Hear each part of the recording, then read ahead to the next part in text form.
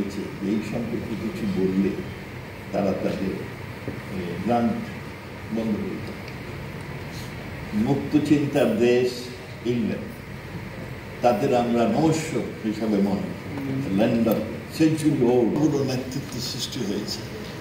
তারা বলেন যে এইটা নিয়ে আলাপ করবে না, আর এইটা নিয়ে যে ছেলেমেয়েরা ডিমনস্ট্রেশন করছে তাদের একটিকেও সেমিনারে ঢুকতে দেওয়া হয়, নট এ সিঙ্গল ওয়ান। কিন্তু খুব মজার বিষয়, সেখানে এক শিক্ষক প্রশ্ন করেছে যে ইংল্যান্ডের যদি নেতৃত্ব নিতে হয় গাজার ক্ষেত্রে কি অবস্থান নেওয়া উচিত।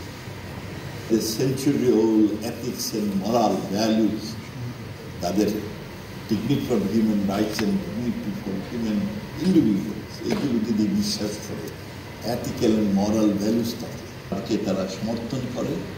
দে could without spending any penny could be the global leader. তারা যদি আমেরিকার পড়ু না হয়, ওই লাইনটা বাইডেন সাহেবের লাইন না ধরে, আলাপ করে এইটার একটা তাকে বিভিন্নভাবে প্রেশার দিয়ে এই আগ্রাসনের যুদ্ধ বন্ধ করে। তাদের সাথেই কাজ বিরোধী দলীয় উপনেতা বলেছেন যে এটা কাল্পনিক, ওটা এখনো কল্পনার মধ্যেই আছে।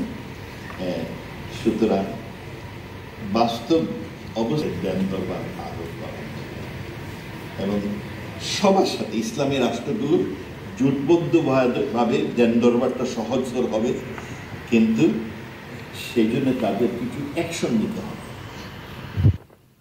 ইসলামী রাষ্ট্রগুলোর অন দি গ্রাউন্ড কিছু অ্যাকশন নিতে হবে, দৃশ্যমান কিছু অ্যাকশন নিতে হবে, যার প্রেক্ষিতে বোঝা যাবে তারা এই ব্যাপারে আন্তরিক আছে। আমরা সেইগুলো এখনো দৃশ্যমান করি। বিশেষ করে আমার ধারণায় যে